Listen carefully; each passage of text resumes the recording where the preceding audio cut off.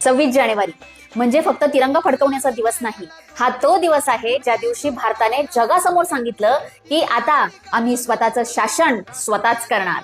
पण इथं एक सत्य कायम लक्षात ठेवण्यासारखं आहे की स्वातंत्र्य मिळवणं जितकं कठीण होतं, त्याला अर्थ देणं हे त्याहूनही कठीण होतं. आणि हा अर्थ ज्यांनी दिला ते होते डॉक्टर बाबासाहेब आंबेडकर. संविधानाचं प्रत्येक पान, प्रत्येक अनुच्छेद मला आणि तुम्हाला समान उभं करण्यासाठी लिहिलं गेलं.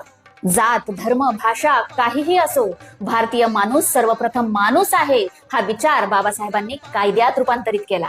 26 जानेवारी 1950 देशानं संविधान स्वीकारलं. पण त्या दिवशी त्या व्यक्तीचा विचार आणि मेहनत हे प्रत्येक व्यक्तीला, नागरिकाला, शेतकऱ्याला, महिलेला एक नवीन जीवन दिलं. आज आपण मोकळेपणाने बोलू शकतो, प्रश्न विचारू शकतो, आपले हक्क मागू शकतो. हे सगळं शक्य आहे कारण ती व्यक्ती दिवसरात्र लिहित होती स्वातंत्र्य, समता, न्याय आणि बंधुता. गणतंत्र दिवसाचा खरा अर्थ इथंच आहे की देशप्रेम म्हणजे फक्त झेंडा हातात घेणं नाही, तर देशप्रेम म्हणजे संविधान जगणं. म्हणून आज असं ठरवूयात की गणतंत्र दिवस फक्त साजरा करायचा नाही तर समजून घ्यायचा.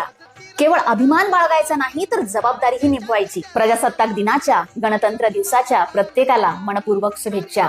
आणि या शुभेच्छांमध्ये एक नाव अवश्य जोडा, ते म्हणजे डॉक्टर बाबासाहेब आंबेडकर, ज्यांच्या विचारांनी हे राष्ट्र उभं आहे. तुमच्या मते संविधानाने तुम्हाला काय दिलं? कमेंटमध्ये नक्की सांगा. आणि हो, अभिमानाने म्हणा, जय भीम.